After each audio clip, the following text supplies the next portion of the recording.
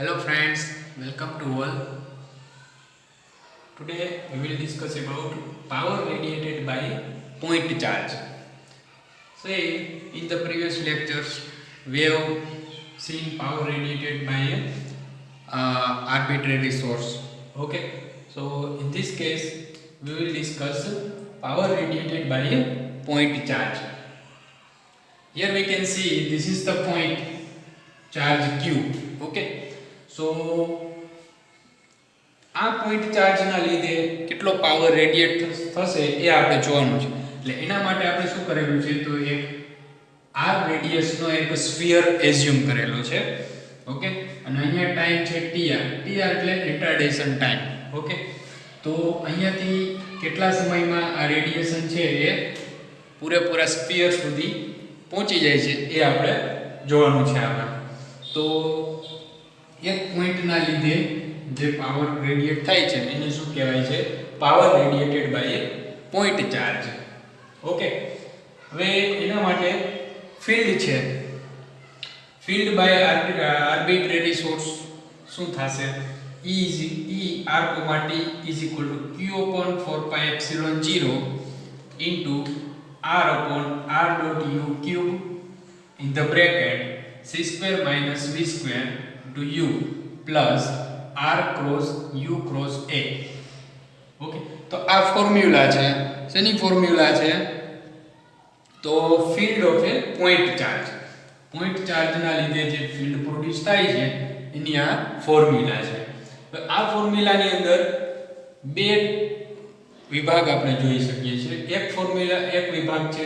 First term આપણે અહીંયા દેખાય છે શું છે? Velocity field. ઓકે, બે ટાઈપના ફિલ્ડ છે. પહેલું ટર્મ છે એ શું બતાવે છે? Velocity field. અને બીજું ટર્મ છે જે ક્રોસ પ્રોડક્ટ બતાવે છે ત્રણેયનું, એ છે એક્સેલરેશન ફિલ્ડ. ઓકે, અને એ બંને ફિલ્ડ છે એના લીધે આપણને શું મળે છે? Total field E. ઓકે, તો હવે આમાં u શું છે? તો u is equal to cr cap minus v. Okay, u ની ફોર્મ્યુલા છે c into r cap minus v. and b એટલે મેગ્નેટિક ફિલ્ડ આપણે જાણીએ છીએ. b of r, t is equal to 1 upon c r cap into cross e r, t. Okay, તો આ બંનેનો આપણે યુઝ કરવાના છીએ આગળ. એટલે આપણે અત્યારે અહીંયા ધ્યાનમાં લીધું છે કે u is equal to આ મૂકી શકાય અને b is equal to આ મૂકી શકાય. હવે પોઇન્ટિંગ વેક્ટરની વાત કરીએ. પોઇન્ટિંગ વેક્ટર શું છે? s is equal to 1 upon mu 0 into e cross b.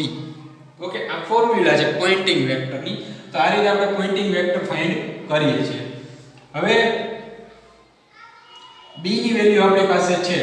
Okay, તો એને આપણે અહીંયા પુટ કરવાની છે. તો શું મળી જશે? 1 upon c અહીંયા છે, બરાબર છે. તો અહીંયા લઈ લઈએ આપણે. તો 1 upon mu 0 c. ઓકે, અહીંયા 1 છે. 1 upon mu 0 c in the bracket e cross b. b એટલે r cap cross e. r cap cross e. Okay, હવે જો આને આપણે ક્રોસ પ્રોડક્ટ અને ડોટ પ્રોડક્ટમાં કન્વર્ટ કરી દઈએ તો આપણને શું મળશે? 1 upon mu 0 c into અહીંયા શું થઈ જાય? એક e તો હતો જ, અને આનું અહીંયા ડોટ પ્રોડક્ટ આવે તો e square r cap minus અહીંયા શું થઈ જાય? r cap dot e into e. Okay, આ રીતે આપણને આનું આન્સર મળશે પોઇન્ટિંગ વેક્ટરનો. ઓકે, હવે આપણે જોઈએ ફોર એક્ઝામ્પલ આને call it 1, call this equation 2.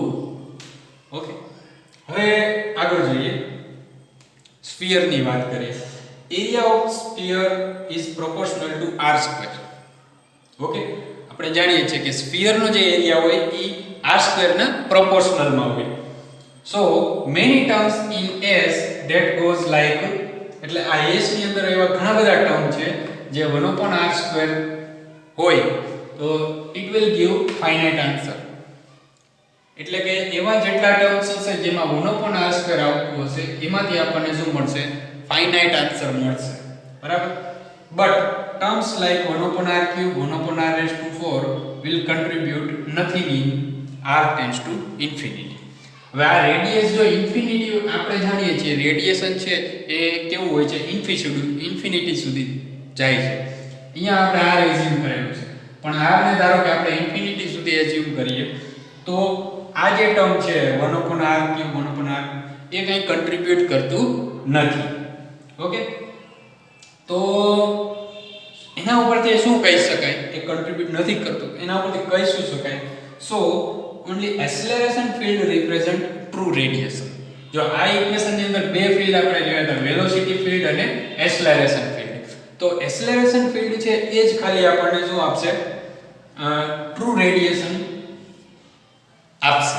Okay, તો હવે શું કરી શકાય? તો નવેસરથી આપણે ફિલ્ડ લખીએ રેડિયેશન ફિલ્ડ એટલે કે E rad it means radiation field is equal to આ ટર્મને આપણે શું કરી દેવાનું છે? રિમૂવ કરી દેવાનું, કારણ કે એ કંઈ કન્ટ્રીબ્યુટ કરતું નથી. તો એને આપણે દૂર કરી શકીએ ઇક્વેશનમાંથી. તો શું મળી જશે આપણને? q0/4πε0 r/r.u cube in the બ્રેકેટમાં આ એક વધશે, બરાબર, r cross u cross a.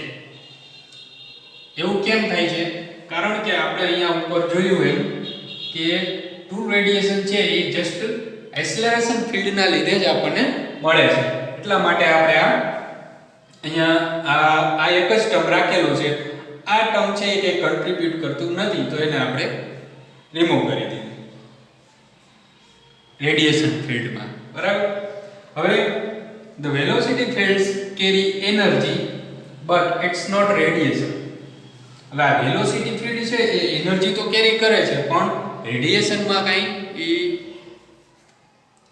જે છે એ કન્ટ્રીબ્યુટ કરતું નથી. Okay, so now irradiation is perpendicular to r cap.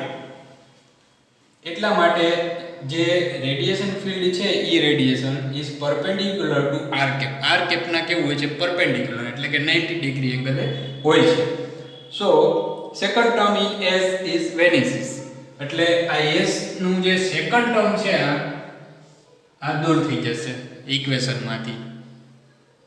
શું કામ? કારણ કે irradiation is perpendicular to r cap. બરાબર, પરપેન્ડિક્યુલર છે એટલા માટે આ બીજું ટર્મ છે એને આપણે દૂર કરી દઈશું. તો શું મળશે આપણને? Radiation s radiation is equal to 1/μ0c into e square into r cap.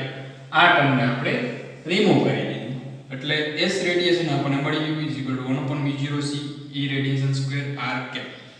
Okay, તો શું આપણે આમાં જોવા મળી ગયું કે આપણે એક પહેલા તો પોઈન્ટ ચાર્જને આપણે એઝ્યુમ કરી લીધો અને એની આસપાસ એક સ્ફિયર એઝ્યુમ કરી લીધું r રેડિયસનું. ઓકે, એક્ચ્યુઅલમાં r છે એ કેવું હોય છે? ઇન્ફિનિટી હોય છે, પણ પહેલા આપણે r રેડિયસ રાખીને જોયું, એનું કેલ્ક્યુલેશન કરીએ અને પછી r ને r ટેન્ડ્સ ટુ ઇન્ફિનિટી ગણી લઈએ તો આપણને આનું જે છે રેડિયેશન બાય પોઈન્ટ ચાર્જ એ મળે, બરાબર. હવે ફિલ્ડની ફોર્મ્યુલામાં આ બે વસ્તુ યાદ રાખવાની છે. બે ફિલ્ડ આવે છે, વેલોસિટી ફિલ્ડ આવે છે અને એક્સેલરેશન ફિલ્ડ આવે છે. ઓકે, અને બીજી વસ્તુ અહીંયા t tr r/c આપેલું છે. તો એ શું બતાવે છે? tr means retardation time. Okay, so t tr r/c છે એ શું બતાવે છે કે અહીંયાથી જે રેડિયેશન જાય છે એ આખા સ્ફિયર સુધી પહોંચવા માટે લાગતો સમય છે એ શું છે? t tr છે. Okay, r/c. તો એ રીતે આપણને અને રેડિયેશન છે એ શેના લીધે મળે છે? આ એક જ ટર્મના લીધે, એક્સેલરેશન ફિલ્ડના લીધે જ મળે છે. તો આને આપણે શું કરી દીધું? રિમૂવ કરી દીધું. ઓકે, અહીંયા ઈ રેડિયેશનમાં પેલું ટર્મ છે એને રિમૂવ કરી દીધું. અને બીજું કે વેલોસિટી ફિલ્ડ છે એ એનર્જી કેરી કરે છે, રેડિયેશન નહીં. એટલે કે ઈ રેડિયેશન છે એ પરપેન્ડિક્યુલર ટુ r cap હોય છે. એટલા માટે આ s ની અંદર જે બીજું ટર્મ છે એને આપણે રિમૂવ કરી શકીએ. તો આને આપણે રિમૂવ કરી દીધું તો આપણને શું મળે છે? s radiation is equal to 1/μ0c e radiation square into r cap. બરોબર, આ ટર્મ છે દૂર થઈ જાય છે.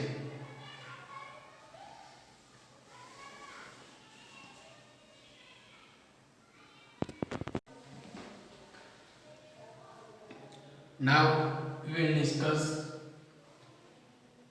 about if the charge is instantaneously at rest at time tr. tr is the retardation time. It means charge જે છે એ instantaneously rest હોય at the time tr, then u is equal to c into r cap. Okay, actual equation of u is equal to c into r cap minus v, but this time u will be equal to c into r cap. Okay, therefore E radiation is equal to q upon 4 pi epsilon 0 cr square r cap cross a. Okay, and equal to, we can write mu 0 into q upon 4 pi r cap dot a into r cap minus a. This will be the radiated field. Okay, so this way we can find this radiated field. Now in that case, S radiated will be 1 upon mu 0 c into this E radiated square. So if we take a square of this, then we get this type of mu 0 q into 4 pi r whole square into a square minus r cap a square r cap. Okay, this will be the equation of S radiated. Now if we simplify this formula, then we get it is equal to mu 0 and q square a square upon 16. 4 into 4 is equal to 16 pi square c, and sin square theta upon r square into r cap. Okay, now what is theta? Well, theta is the angle between r cap and a. Okay, so the total radiated power is P is equal to integral S radiated into a dA. Okay, so total radiated power can be calculated from this formula, that is P is equal to integral S radiated into dA is equal to, the S radiated is this, it means mu 0 q square a square upon 16 pi square c integral sin square theta upon r square into, in place of r cap there is r square sin theta d theta d phi. Okay, now by integrating this we get P is equal to mu 0 q square a square upon 6 pi c. So this is nothing but total radiated power, and this formula is also known as Larmor formula. So we have already discussed this Larmor formula in previous lectures. So this way also we can derive this Larmor formula. P is equal to mu 0 q square a square upon 6 pi c. Okay, so in this case we have put in equation of E radiated, that is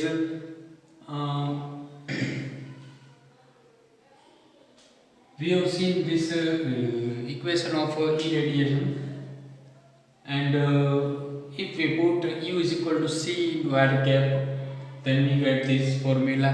Okay, and S radiation can be calculated by 1 upon mu 0 c into E radiation square into R cap. Okay, so this will be the square of E radiation. Okay, and by simplifying this we can get this total radiated power, that is P is equal to integral S radiated into dA.